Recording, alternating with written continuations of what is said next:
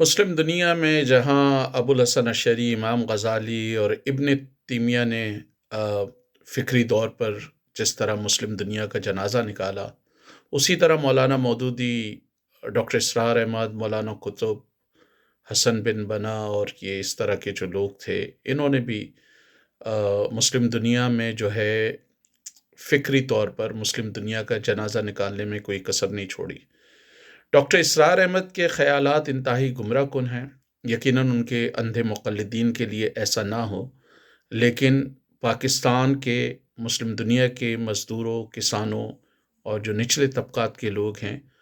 ان کے لیے ان کے خیالات انتہائی تباہ کن ہیں، اور اگر ان کے خیالات کا اب تنقیدی جائزہ لیں تو وہ سرمایہ داروں، جاگیرداروں، دولت مندوں، ان کو جو ہے وہ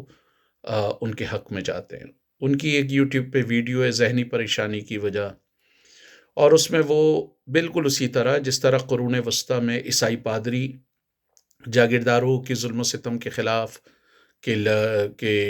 ظلم و ستم کے خلاف لڑنے کے بجائے، ان کے خلاف بغاوت کرنے کے بجائے، عوام کو متحد کرنے کے بجائے ان کو صبر و شکر کی تلقین کرتے تھے، کہتے تھے یہ دنیا آزمائش ہے۔ ہندو پنڈت کا بھی تقریباً یہی رویہ ہے کہ جو ہندوستان میں دلتوں کے ساتھ ظلم و ستم ہے، تو وہ شاید ان کو یہی کہے گا کہ جی آپ کے جنم جنم کے آپ کے گناہ ہیں، یا پچھلے جنم آپ کا برا ہوا ہوگا۔ ڈاکٹر اسرار نے بھی اسی طرح یہ کہا کہ جی دنیا آزمائش ہے، کوئی بھی مصیبت آپ پر آتی ہے، کوئی بھی آفت آتی ہے آپ پر، بس اس کو برداشت کریں، اور اللہ امتحان لے رہا ہے۔ سارے مسائل جو ہیں وہ نعوذ باللہ اللہ کی طرف سے ہیں، اور یہ وہ بنیادی طور پہ خیال ہے جو ابن تیمیہ نے اور جس کو بڑا پروجیکٹ کیا پہلے، یہ ابوالحسن عشری، امام غزالی وغیرہ نے بھی، جو اشرائٹ اسکول آف تھاٹ تھا، اس نے یہ شروع کیا کہ جی ہر چیز جو ہے وہ لکھی ہوئی ہے، ہر چیز جو ہے وہ ہو رہی ہے، آپ کچھ نہیں کر رہے، انسان کی اس میں کوئی ایک طریقے سے کوئی اٹانومی نہیں ہے۔ وہ حالانکہ اس کو جسٹیفائی کرتے ہیں کہ نہیں جی اٹانومی ہے بھی یا نہیں ہے، تو عجیب سی بس اس میں وہ مسائل ہیں۔ تو وہ یہی کہتے ہیں کہ جی دنیا میں اگر آپ کے ساتھ مسائل ہیں، مشکلات ہیں، تکلیفیں ہیں، تو ان کو جھیلیں، یہ بڑے نفع کا ہے۔ ہماری محنت سے، ہماری جد و جہد کا کوئی ثمر نہیں ہے۔ مثلا اگر آج پاکستان میں جاگیرداروں کے پاس ہزاروں ایکڑ زمین ہے، چاہے شاہ محمود قریشی کے خاندان ہو، یوسف رضا گیلانی کا خاندان ہو، پیر پگاڑا ہو، سندھ کے بہت سارے جاگیردار ہوں، پنجاب کے بڑے بڑے ٹوانے ہوں، دولتانے ہوں، تو ان کو یہ جاگیریں برطانوی سامراج نے نہیں دی تھی۔ تاریخ کا ہر باشعور طالب علم جانتا ہے کہ ان کو برطانوی سماج نے دی تھی، لیکن ڈاکٹر اسرار احمد جیسے لوگ اصرار کریں گے کہ نہیں جی یہ تو اللہ کی رضا سے، اللہ کی رضا سے بس ان کو مل گئی ہیں یہ زمینیں، جتنا دنیا میں ظلم و ستم ہو رہا ہے بس اللہ کی رضا ہے، اور ایک غریب آدمی بس اس کو جھیلتا رہے۔ سارے یہ تبلیغی جماعت کے اور دعوت اسلامی کے پیروکار جتنی یہ چلا رہے ہیں، جنید جمشید کی بھی جو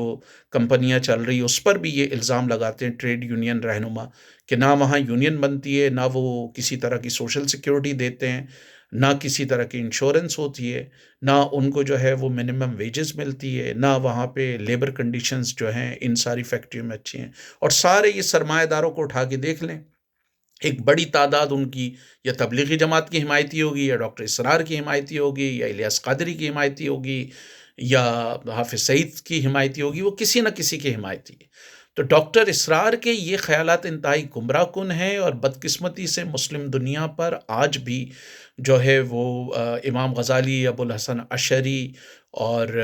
ابن تیمیہ کے فکری خیالات جو ہے وہ حاوی ہیں۔ ابن تیمیہ کا بھی یہی خیال تھا، ان کا بھی یہی خیال تھا کہ نہیں جی آپ کوئی کام نہیں کرتے، ہر چیز پہلے سے لکھی ہوئی ہے، ہر چیز پہلے سے طے شدہ ہے۔ اب سوال یہ پیدا ہوتا ہے کہ ہم ایک طرف قرآن میں یہ بھی آتا ہے انسان کو وہی کچھ ملتا ہے جس کی وہ صحیح کرتا ہے، کوشش کرتا ہے، پھر کوششیں کس چیز کی ہیں، پھر ہیومن ریزن کس چیز کی ہے۔ اگر ایک ساری چیزیں لکھی ہوئی ہیں تو ایک قاتل قتل کر رہا ہے، اس کو آپ کس بات کی سزا دیں گے؟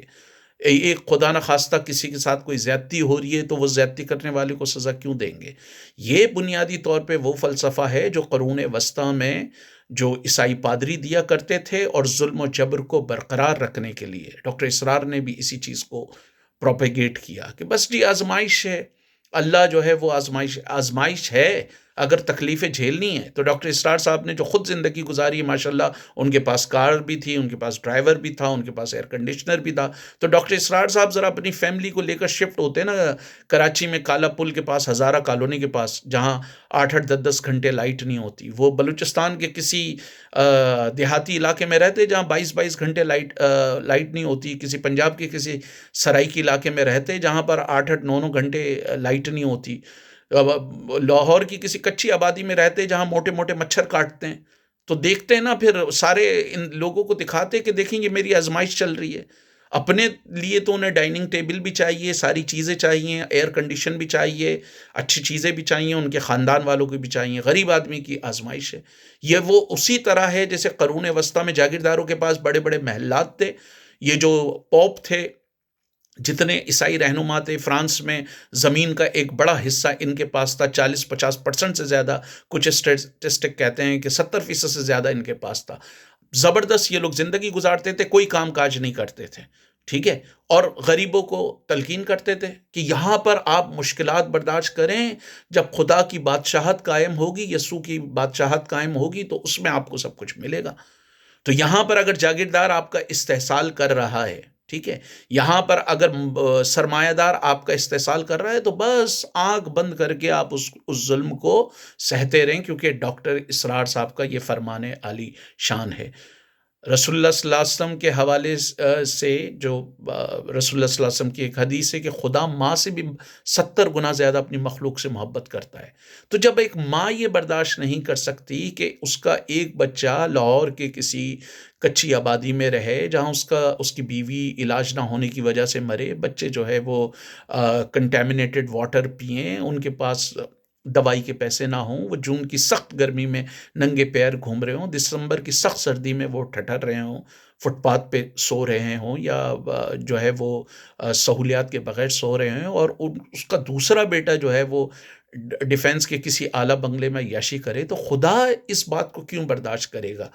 کہ انسانوں میں چند لوگ، چند انیل امبانی، چند مکیش امبانی، چند بڑے بڑے امیر لوگ، چند کراچی کے سیٹ، لاہور کے سیٹ اور اسلام آباد کے امیر لوگ جو ہے وہ ہزاروں ایکڑ میں رہ رہے ہیں، ان کے 5 گھر لاہور میں ہوں تو 10 ان کے کراچی میں ہوں تو 6 ان کے اسلام آباد میں ہوں، اور ملک کی جو ہے 67% آبادی کو جو ہے وہ پکی چھت میسر نہ ہوں، 80% لوگوں کو پینے کا صاف پانی میسر نہ ہو، ایک طرف لوگ کراچی جیسے شہر میں جو ہے وہ ہزار ہزار گز کی کوٹھیوں میں رہ رہے ہوں،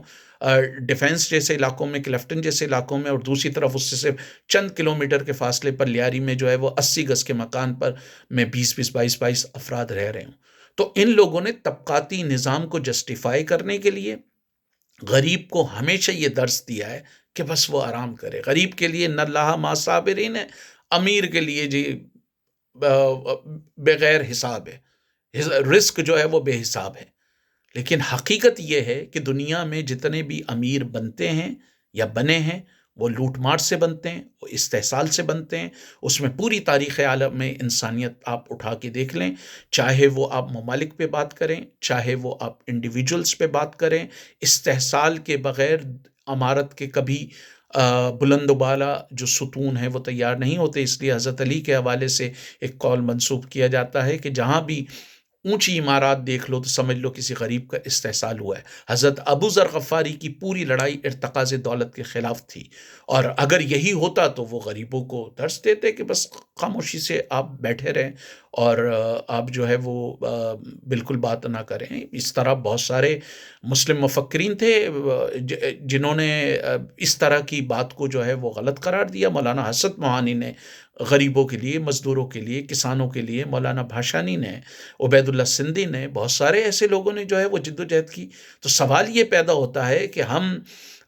ڈاکٹر اسرار احمد کے فکری بھوت کو، ابن تیمیہ کے فکری بھوت کو، یا غزالی اور ابو الحسن اشعری کے فکری بھوت کو جو ہے وہ لے کر کیوں پھرتے پھریں؟ ضرورت اس امر کی ہے کہ ان گمراہ کن خیالات کو چیلنج کیا جائے، کیونکہ یہ انتہائی غریب دشمن، انتہائی مزدور دشمن، انتہائی کسان دشمن اور انتہائی نچلے طبقات کے دشمن ہیں۔ ان خیالات نے غریب آدمی کو جو ہے وہ فکری طور پہ جکڑ دیا ہے، اور وہ لازمی بات ہے جب فکری طور پہ جکڑ جاتا ہے تو وہ پھر ان ظالموں کے خلاف، جن کی ڈاکٹر اسرار احمد وکالت کرتے رہے ہیں، ان کے خلاف کوئی مضبوط جد و جہد قائم نہیں کر پاتا، مضبوط جد و جہد شروع نہیں کر پاتا، اور اس نظام کو تبدیل نہیں کر پاتا۔